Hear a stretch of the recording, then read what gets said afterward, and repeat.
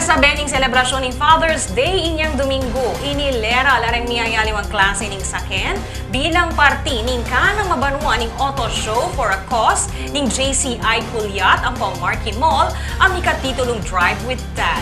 Ay ning balita ng Patricia Mamangon.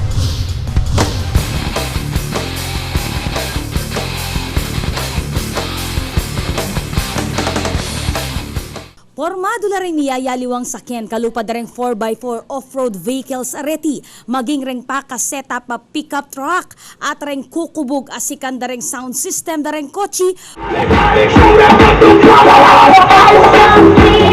para king kana mabanwa ning auto show for a cause o Drive with Dad. Apamuntukan ng Junior Chamber International o JCI Angeles Culiat ang Marquee Mall.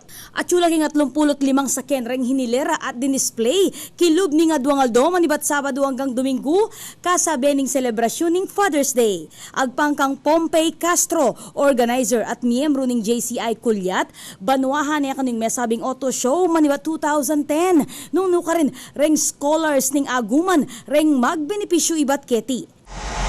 Actually, it's our 6th year, every year ginagawa namin to. Annual. So it's 6 years na. Tapos kumaga annual ng car show.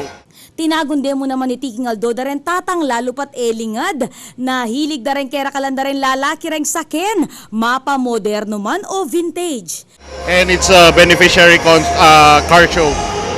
So we have this beneficiary na mga pinapaaral namin sa yung mga Ally Skills program na. Metong neketi Irene Mendoza, kayabing anak, may inganyo laking makaseta pa Toyota Land Cruiser 4x4 off-road, abandining negosyanteng Inelson Castro. Siyempre, hanggang na nung basta sports, ang popaking karay sa akin, okay, mo kanito. Wow, pero mo kayong bisyo masuro. Tsaka babae, sir. Siyempre. Tsaka bawal nang yan, ito 30 na yan. Megpapakit lang namang gilas rengalawang car owners king masika na tunog ning karelang audio systems o modified speakers sampong amplifiers.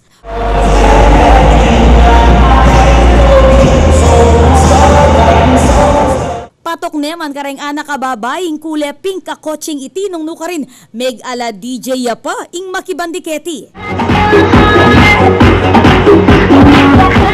Mas aasag ning grupong JCI Angeles City Culiat na mailig la rin kayanakan king makantining habi bang milisyana mo rin king illegal a droga. Ako po, Patricia Mamangon para king News Force, Pampanga. Balitang tutuking balen, susuyo.